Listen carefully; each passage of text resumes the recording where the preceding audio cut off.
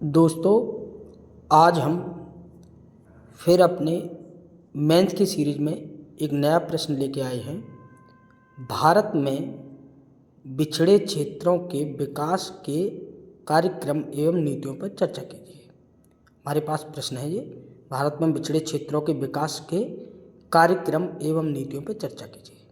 सबसे पहले हम इसके उत्तर को किस तरीके से लिखेंगे, तो जिस तरीके से मैं पहले भी क्लास में बताता आया हूँ। ए पॉइंट हम लिखेंगे परिचय, फिर बी पॉइंट पर हम उसके आधार की बात करेंगे। सबसे हम पहले बात करना है परिचय को लेके।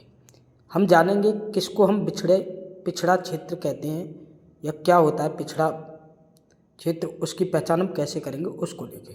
तो देखिए, परिचय में आपको लिखना है, बिल्कुल बेसिक लाइन है कि सामान्यतः जिस क्षेत्र की प्रति व्यक्ति आय व उपभोग कम होता है पिछड़े क्षेत्र के रूप में जाना जाता है।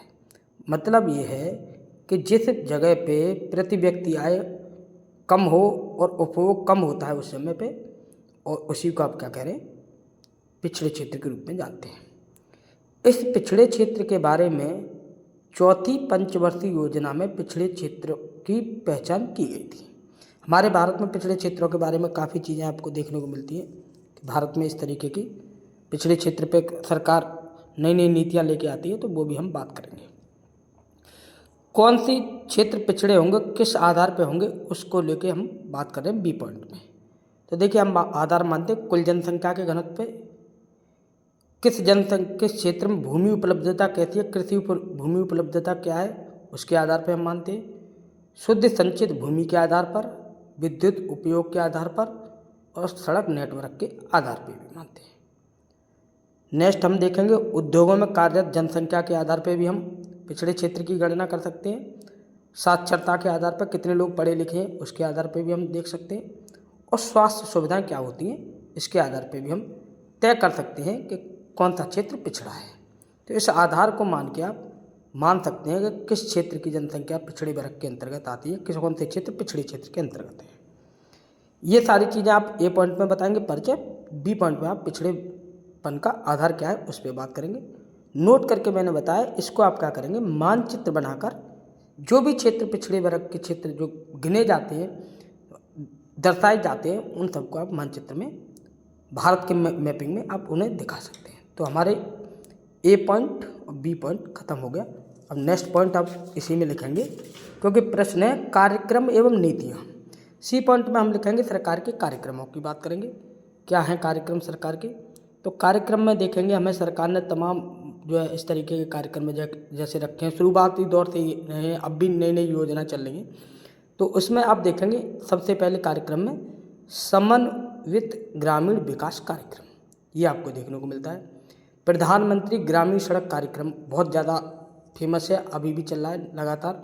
मनरेगा, ये भी बहुत जो है आज भी देखने को मिलता है गाँव में, उस समय से लेकर सर्व शिक्षा अभियान, क्योंकि शिक्षा का बहुत बड़ा स्तर है, तो इस पे भी कार्यक्रम। इस तरीके के सरकार क्या करती है, पिछड़े वर्ग के उत्थान के लिए इस तरीके के कार्यक्रम चलाती है।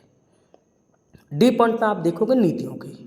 अब नीतियां जो बनाई है सरकार ने उन पिछड़े वर्ग के लिए, क्या क्या नीतियां हैं, क्या क्या उसने उनकी सुविधाओं के लिए क्या क्या छूट दी है, उस पर बात करते हैं। जैसे उद्योगों में कर में छूट मिली है, निवेशकों को विविध छूट मिली है, और लघु एवं कुटीर उद्योगों को क्या मिला है, प्रोत्साहन मिला है।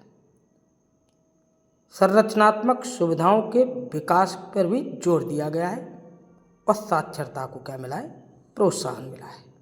इस तरीके से आप इस छोटे से प्रश्न को, जिसमें हम पहले प्रश्न था भारत में पिछड़े क्षेत्रों के विकास कार्यक्रम एवं नीतियों पर चर्चा कीजिए, 150 शब्दों में इस तरीके से आप फ्रेमिंग में इस प्रश्न को हल कर सकते हैं, और अंतिम में आप निष्कर्ष में लिख सकते हैं कि काफ़ी हद तक ये सफल रहा है। इस तरीके से आप पूरा प्रश्न तैयार कर सकते हैं। कृष्णा एजुकेशन ग्रुप आपके हेल्प के लिए हमेशा तत्पर है। आपको हमारे द्वारा मेंस की जो भी सीरीज चलाई जा रही है अच्छी लगती है तो कृपया करके, क्वेश्चनों से कोई हेल्प मिल रही है आप लोगों को, तो कृपया करके आप ग्रुप में कमेंट कर सकते हैं, लाइक कर सकते हैं, और अत्यधिक लोगों पे आप जो है शेयर भी कर सकते हैं, जिससे कि लोगों का भला हो सके। मेंस की सीरीज हमें लगातार इसी तरीके से आपको मिलती रहेगी। आप सभी के लिए बहुत बहुत धन्यवाद। Thank you very much.